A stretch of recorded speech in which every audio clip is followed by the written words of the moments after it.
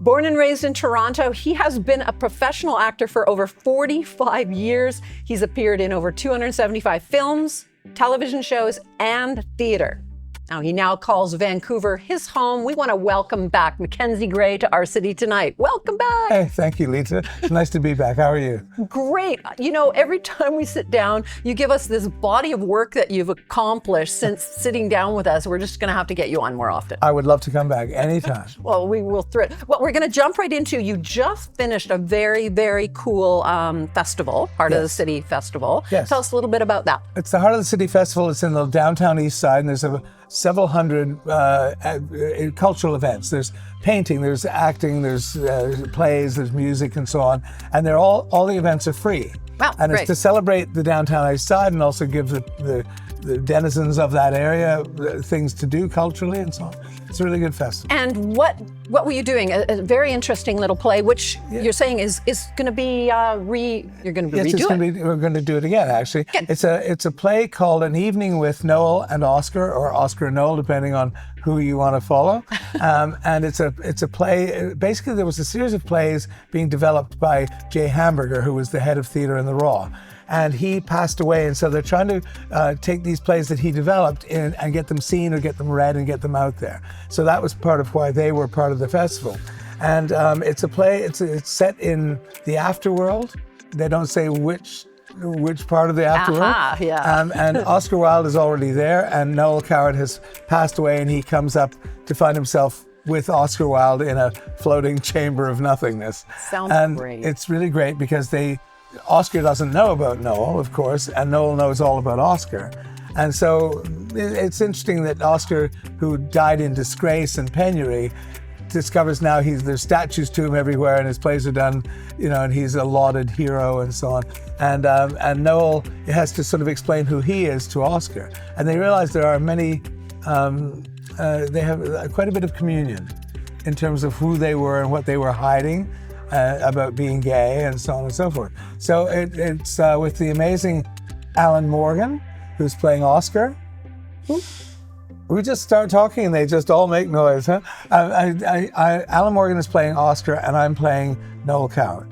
Perfect. And so, and we're doing it again at the Dusty Flower Pot, which is a studio over just east of Maine, and that's going to be on the 15th of November. Wonderful, And wonderful. it's donation pay what you can. Oh, that sounds absolutely fabulous. I love that you're doing some of these indie sort of festivals because you have such a big body of work. And, I think I mentioned last time, you've written for Sesame Street for 4 years. Yeah. You're usually a starring or a reoccurring role in all these shows that everyone would recognize. Can you tell us some of your favorite roles? Favorite roles? Well, in theater, I played Frankenfurter in the 25th anniversary revival of the Rocky Horror Show. Yes. There were only 5 in the world. And playing Frankenfurter was like being a rock star for 4 months. It was great fun. Wonderful. And demanded a lot. It's a very demanding role. I played Lord Byron in a play called Bloody Poetry, which was a big favorite. And here in Vancouver, 2 plays that stand out for me. One was called Playing with Fire, where I played Dr. Frankenstein, who's caught up with the monster in the Arctic floes 20 years after the book. And he wants to know why the monster turned evil and ran away. And the monster wants to know why he was created and abandoned. And it's a really beautiful play. I worked at the Arts Club on a play called The Black Rider, and we toured it across Canada. That was the Tom Waits rock opera, and that was the hardest thing I've ever done. And I had to sing Tom's track through the musical. So when you're singing like this all the time, it's rough on your voice. No, you know what's interesting is I'm asking you that. You're a producer, you are a director, a writer, you compose music for a lot of cabarets and musicals, as well as a singer-songwriter. You immediately chose theater as yet you've been in, the TV shows, everyone would recognize the ones, Supernatural, Da Vinci's Inquest, Riverdale. You've been in so many, and every so often, and I'm just scrolling on the TV and your face comes up in some movie, but you chose theater as your favorite.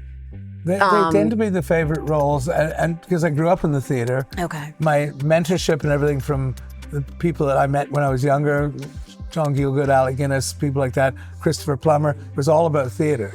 And in film, I have favorite film roles. I mean, you know, Man of Steel was it was really wonderful, and I've done lots of. There's so many shows where you've had a great role. And there was a series once called Welcome to Paradox, and it was an anthology series, and I got to play a very wealthy man in the future who is unhappy with his wife, and so he can hire sort of a fembot to replace his wife. And Alice Krieg played my wife, an amazing actress. And that was the whole experience of that was really wonderful. And so, I mean, I have more wonderful experiences rather than the roles, but the roles I loved were in the theater. But well, you're doing a great job now. 24 Leo nominations and 4 wins, Leo Awards. I'm sorry, you are doing a good job. You are a long-term working actor. Before we go further, again, this amazing actor, check out his work. Long-time work and new work. Great to have you on the show, Mackenzie. Thank you so much. Oh, and to check out a longer interview that we did with this gentleman, you can go to our podcast on our website at ourcitytonighttv.com. Yes, please do. Which camera? I don't know. They're all there. Isn't she wonderful?